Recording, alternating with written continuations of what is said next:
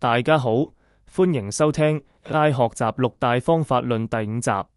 今日要同你探討嘅是 AI 時代已經浮現嘅一個新趨勢——跨學科學習。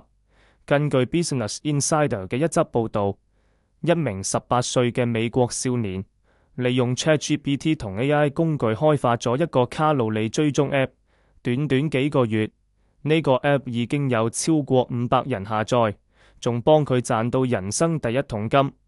呢個案例最有意思嘅地方唔係金錢，而係佢一個人可以完成一個橫跨營養學、數據分析、程式設計同用戶體驗嘅專案。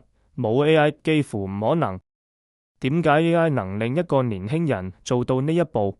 因為 AI 本身就係最大嘅知識庫。還記得我哋第一集講過嘅知識裝配線嗎？任何資料隨問隨得。AI 降低了跨學科學習嘅門檻，再加埋佢用到嘅能力唔只係問問題，仲能將營養學知識、運算能力同程式開發結合。呢正正係我哋第2集提到嘅通用誠意專精。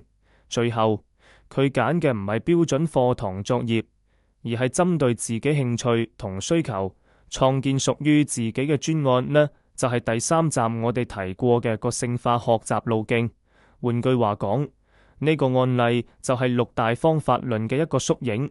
最鮮明嘅啟示就係跨學科學習唔再係口號，而係已經發生嘅現實。呢個例子帶出一個更大嘅趨勢。AI 已經打破咗學科同學科之間嘅圍牆。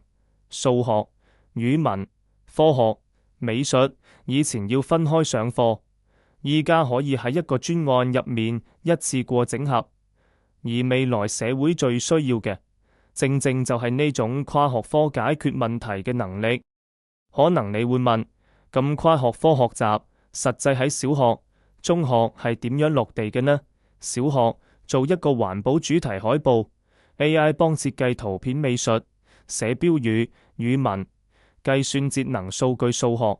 中學做一份社區交通改善報告，AI 幫拉地圖、數據地理、分析污染數據科學，再寫演講稿語文。透過專案，孩子唔再係死記硬背，而係一邊做一邊學一邊用。呢種體驗會令知識真正落地。AI 時代學習唔再係單科嘅孤島，而係開科嘅網絡。能夠將知識即刻用喺真實場景嘅孩子，先至真正有競爭力。AI 令學以致用第一次唔再係口號，而係日常。